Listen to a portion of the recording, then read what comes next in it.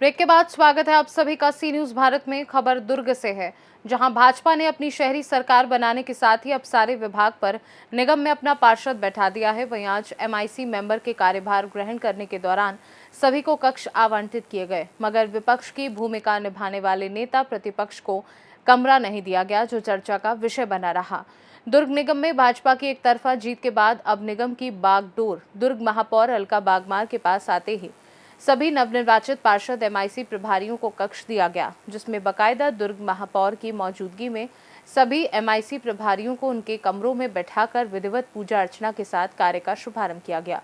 इस दौरान आयोजन के बीच एक चर्चा काफी चलने लगी, जिसमें विपक्ष के नेता प्रतिपक्ष संजय कोले के लिए कोई कक्ष नहीं दिया गया था, जबकि मिली जानकारी के अनुसार पिछली सरकार में भाजपा के नेता प्रतिपक्ष रहे अजय वर्मा को कक्ष दिया गया था, मगर उनके कहने पर उन्होंने खुद कक्ष लेने से इनकार कर दिया था।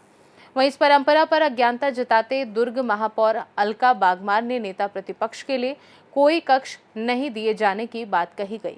वहीं संजय कोली ने इस बात पर खुलकर अपनी प्रतिक्रिया दी। देखिए क्या कुछ कहा दुर्ग महापौर और नेता प्रतिपक्ष ने।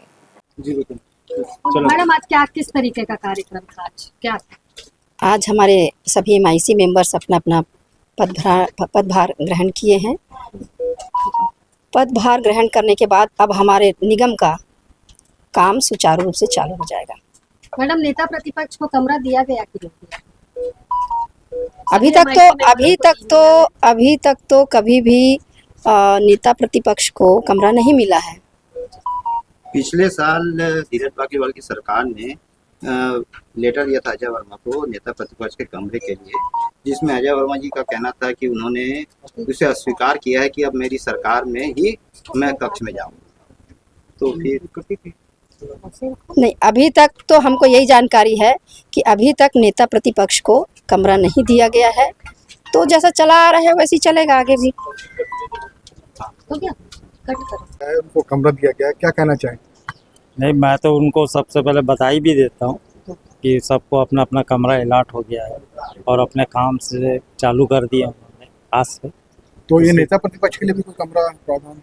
नेता प्रतिपक्ष का कमरा जो था, हमने पूर्व में जब हमारी सरकार थी तो हमने 2 कमरे बनाए थे पीछे में सभागार के साथ साथ।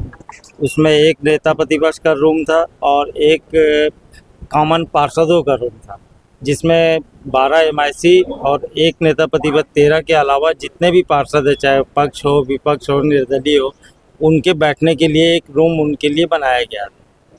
तो वो नियमतः एक नेता प्रतिपक्ष का रूम है, एक पार्षदों का रूम। अभी जो रूम नहीं अलॉट हुआ तो क्या लगता है इनके पीछे मानसिकता क्या है? बात नहीं, नेता प्रतिपक्ष का रूम के हम लोगों ने कमिश्नर आयुक्त महोदय से बात की है, तो वो उन्होंने आश्वासन दिया है कि हम आपको रूम देंगे। अभी क्यों नहीं?